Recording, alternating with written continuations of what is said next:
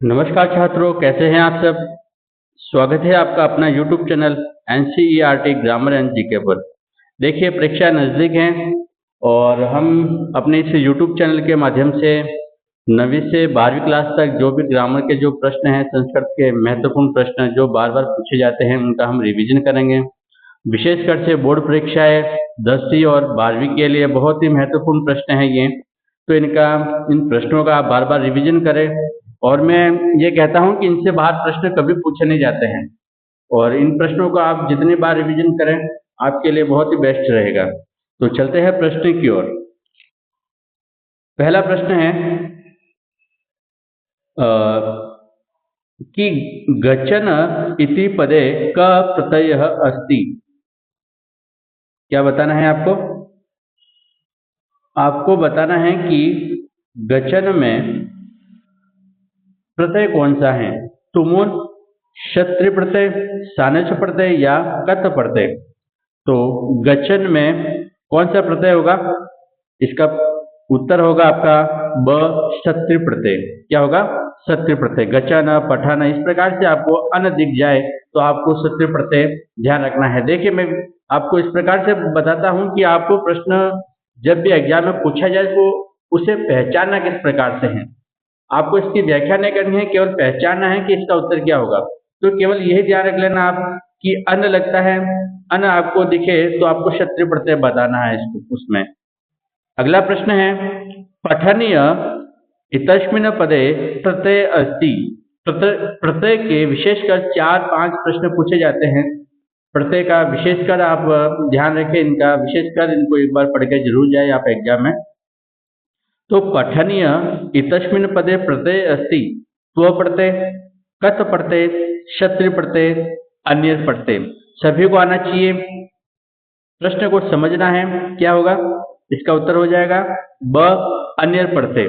पठनीय, अन्य, जब भी इस धातु में अन्य दिखे, आपको अन्य लगा हुआ आपको दिखे तो आपको अन्य प्रत्यय बताना है। क्या बताना है? अन्य। जैसे पठ में अन्य प्रत्यय से क्या बन गया? पठनीय। हस में बन गया तो हसनीय। यानी अन्य आपको अगर दिखे तो आपको क्या बताना है? अन्य प्रत्यय बताना है।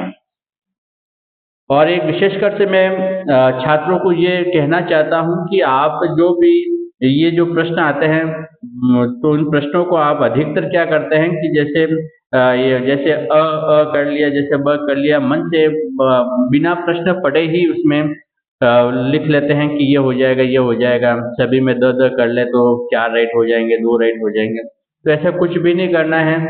आप प्रश्न को अच्छे से पढ़ें, फिर आपको अगर नहीं आ रहा है तो वो बात की बात है, लेकिन क्या है कि प्रश्न को पढ़कर ही उत्तर देना है आपको।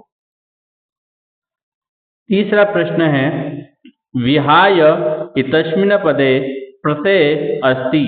विहाय, इसके लिए मैंने एक आपको समझाया भी था कि इसका उत्तर कैसे निकालना है। जैसे वी हाय वितन, वी हा कथ प्रत्यय, वी हा ल्यप प्रत्यय, वी हा क्षत्रिय प्रत्यय।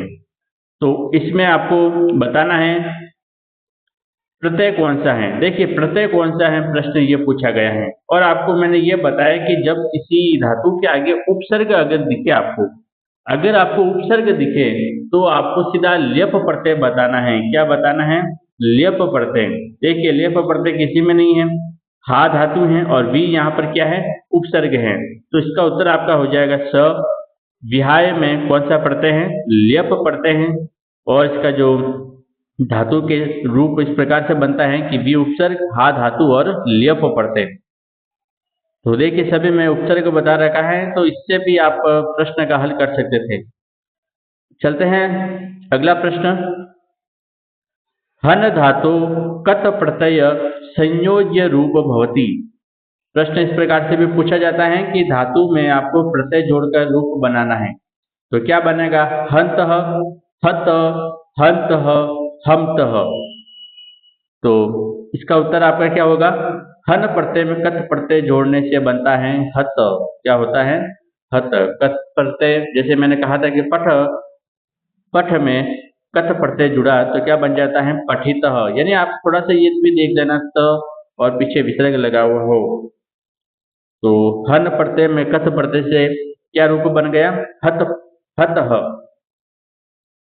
अगला प्रश्न है क्री प्लस तुमुन संयोज्य रूप अस्ति, यानी क्री धातु में तुमुन प्रत्यय जोड़ने से क्या रूप बनता है?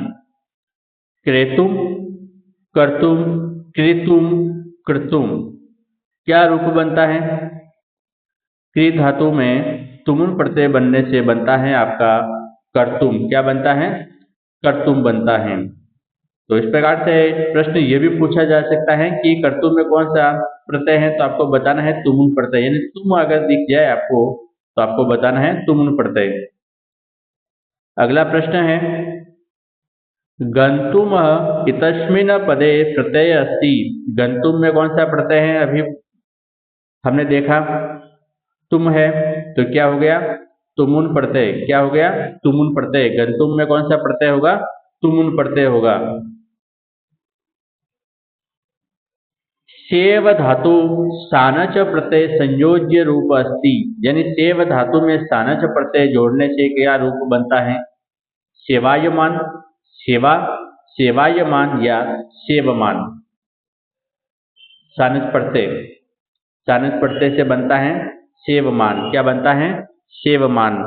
सेव धातु में सानच प्रत्यय जोड़ने से बन गया सेवमान। ये मान अगर दिखे तो आपको बताना है सानच प्रत्यय। जैसे लब है तो लबमान, इस प्रकार से मान अगर दिखे तो आपको बताना है सानच प्रत्यय होगा।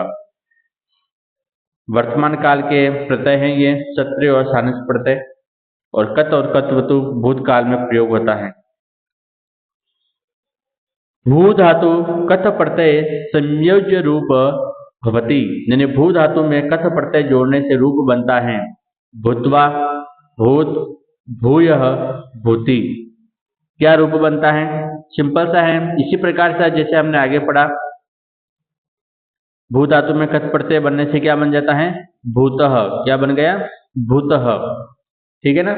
और मैंने देखा कि आप लोग बताया कि तह विसर्ग के साथ हो, इसमें किसी में है ही नहीं, तो ये तो सिंपल सा प्रश्न था, बता सकते हैं आप। देखिए कमेंट में बताना भी है आपको कि कितने प्रश्न आपके सही हो रहे हैं, कौन सा प्रश्न आपको समझ में नहीं आया, तो इस प्रकार से आप कमेंट किया कीजिए। अगला प्रश्न कर्तव्यम इतस्मिन् पदे प्रत्यय अस्ति। कर्तव्य में कौन सा प्रत्यय है?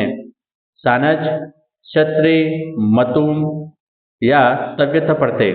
एक ध्यान रखना है कि अगर आपको जिस प्रकार से ऑप्शन दे रखे हैं तो ये भी इस प्रकार से भी उत्तर निकाल सकते हैं कि कौन सा इसमें नहीं हो सकता। सानच में मान जुड़ता है, नहीं होगा। क्षत्रि में अन्य मैंने बताया था, मतुम में भी नहीं है। ये हमेशा आपके मतुप प्रत्यय हैं जो संज्ञा सर्वनाम में लगता है। और ये तव्यत, ये देखिए कर्तव्य, तो तव्य जुड़ता है। अगर तव्य दिखे आपको तव्य, तो आपको तव्यत प्रत्यय बताना है। तो कर्तव्य में कौन सा प्रत्यय है? तव्यत प्रत्यय है। अगला प्रश्न जेयः इतस्मिन् पदे प्रत्यय अस्ति। जेयः इतस्मिन् पदे प्रत्यय अस्ति। व्यतः, क्यपः, कतः, यतः। इसमें कौन सा प्रत्यय होगा? इसमें प्रत्यय होगा आपका स यत प्रत्यय। कौन सा प्रत्यय होगा? यत प्रत्यय होगा। प्रश्नों का रिवीजन करना है, इन प्रश्नों को आप बार बार रिवीजन करना है कि किस प्रकार से प्रश्न का उत्तर होता है, किस प्रकार का जो प्रत्यय बनता है। तो आप जितने बार इसको देखेंगे तो आपका ये आपको याद हो जाएगा। आप किसी प्रकार का जो प्रश्न आ जाएगा, कोई भी एग्जाम्पल आएगा तो उसका उत्तर बता सकेंगे आप। 11वां प्रश्न है कश्चित् कृषकः क्षेत्र कृषणं कुर्वान् आसीतः अस्मिन् वाक्ये विशेषणं पदः किमः? कश्चित् कृषकः क्षेत्र कर्षणं कुर्वन् आसीत्, इसमें आपको विशेषण बताना है। इस वाक्य में ये जो वाक्य दे रखा है यहाँ से यहाँ तक, तो इस वाक्य में आपको विशेषण बताना है। कहाँ पर विशेषण है? तो कश्चित है, कृषक है, आसित है या क्षेत्र कर्षण है। कौन सा उत्तर आपका सही होगा? इसका उत्तर आपका हो जाएगा अ कश्चित। क्या होगा? कश्चित। देखिए विशेषण क्या है, ये देखिए क्या लिखा हुआ है, कृषक लिखा है यानी किसान, कश्चित यानी कोई किसान। तो कोई किसान यानी किसान के बारे में ये विशेषता बता रखी है कोई, तो ये आपका क्या होगा, ये विशेषण है। और कृषक पूछे तो ये विशेष्य होगा। अगला प्रश्न है, कृषक तम दुर्बलम तोदनेन नद्यमान अवर्तत अत्र अस्मिन् वाक्ये विशेषण पदम किमः। इसमें भी आपको विशेषण बताना है, विशेषण कौन सा होगा।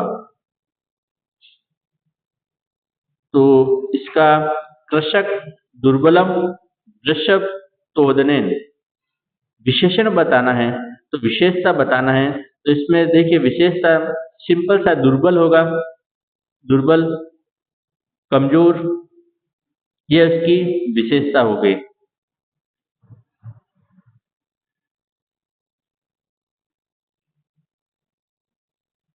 वाक्य है, कृष्ण धेनु दुग्धम न ददाति। अस्मिन् वाक्य विशेषण पद किम। विशेषण बताना है इस वाक्य में। विशेषण का मतलब होता है विशेषता, और विशेष्य का मतलब होता है जिसकी विशेषता बताई जाए। तो इसमें धेनु ददाति दुग्धम कृष्ण, क्या होगा इसमें? देखिए क्या लिखा है, कृष्ण धेनु। धेनु मतलब गाय, कृष्ण का मतलब होता है काली गाय, है ना। तो काली गाय है तो इसकी विशेषता है, तो ये विशेषता आपका हो जाएगा कृष्ण। क्या हो जाएगा?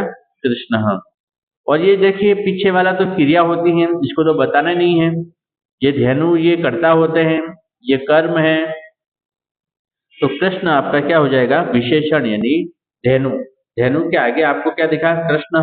तो कृष्ण क्या मतलब होता है? काला, यानी धेनु, धेनु यानी गाय, काली गाय। तो कृष्ण क्या हो गया? आपका विशेषण हो गया। प्रश्न है, भार्या बुद्धिमती आसीतः अस्मिन् वाक्ये विशेषणम पदम किमः। भार्या बुद्धिमती आसित, इसमें भी विशेषण बताना है बुद्धिमती। भार्या आशित बसती, क्या होगा? सिंपल सा है इसमें तो, बुद्धिमती। भार्या कैसी थी? बुद्धिमती थी। तो आपका उत्तर हो जाएगा बुद्धिमती, यानी बुद्धिमती थी।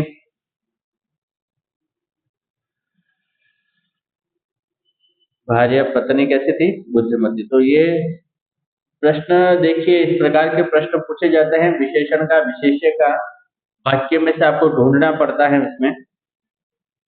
व्यायामेन शरीरम पुष्टम भवति इति अस्मिन् वाक्ये विशेषण पदम किमः। इसमें विशेषण बताना है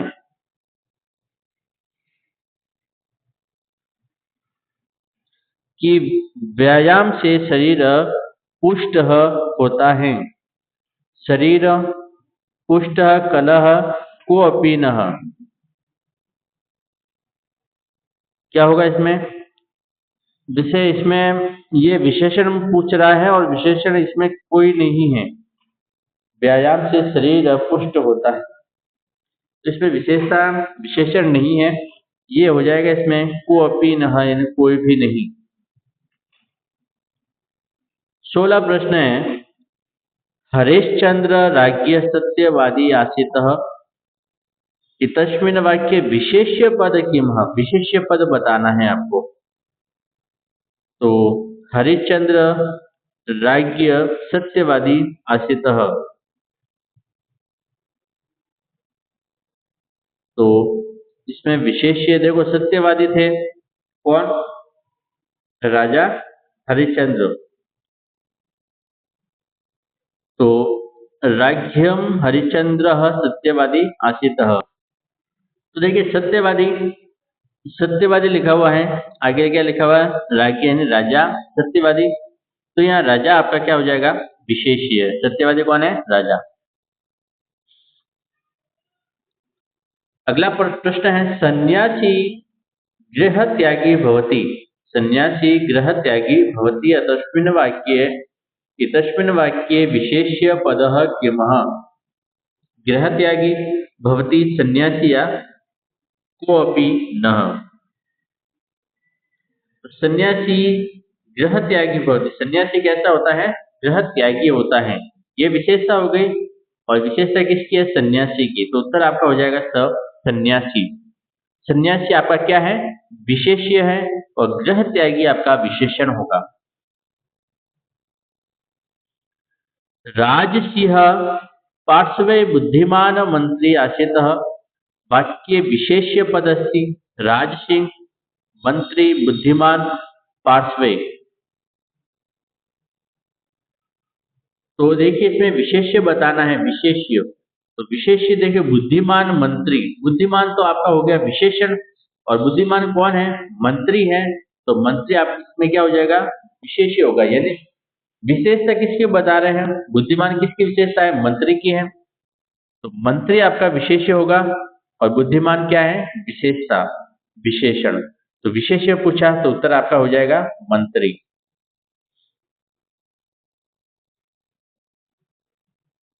अगला प्रश्न है रामः सर्वेषु रागेषु उत्तम आसीतः इतस्मिन् वाक्ये विशेष्य पदः किमः। रामः सर्वेषु राज्ञेषु उत्तम आसीतः, विशेष्य बताना है सर्वेषु राज्ञेषु रामः या उत्तम। तो विशेषण इसका आपका हो जाएगा रामः, यानी राम सभी राजाओं में उत्तम है, श्रेष्ठ हैं। तो ये विशेषता किनकी है, राम की है। तो राम इसमें क्या होगा, विशेष्य होगा। पलायमानं श्वानम अस्मिनः पदे विशेष्य पदम किमः। तो इसमें आपको विशेष्य बताना है, सिंपल सा है, इसमें आप बता सकते हैं श्वानः अस्मिन् पलायमान कोऽपि नास्ति। देखिए पलायमान श्वानः, तो श्वान इसमें क्या हो जाएगा, विशेष्य होगा। विशेष्य पूछ रहा है ना, विशेष्य ये होगा और पलायमान विशेषण होगा और विशेष्य होगा श्वानम। अहम स्वः ग्रामम गमिष्यामि इतस्मिन् वाक्ये अव्यय अस्ति। तो अव्ययम बताना है इसमें, इस वाक्य में अव्यय कौन सा है, अहम स्वः ग्रामः गमिष्यामि, अहम स्वः ग्रामम गमिष्यामि।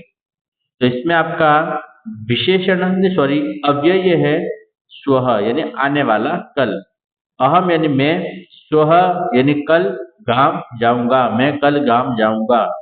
इसका मतलब होता है आने वाला कल। तो ब राइट हो जाएगा आपका स्वः।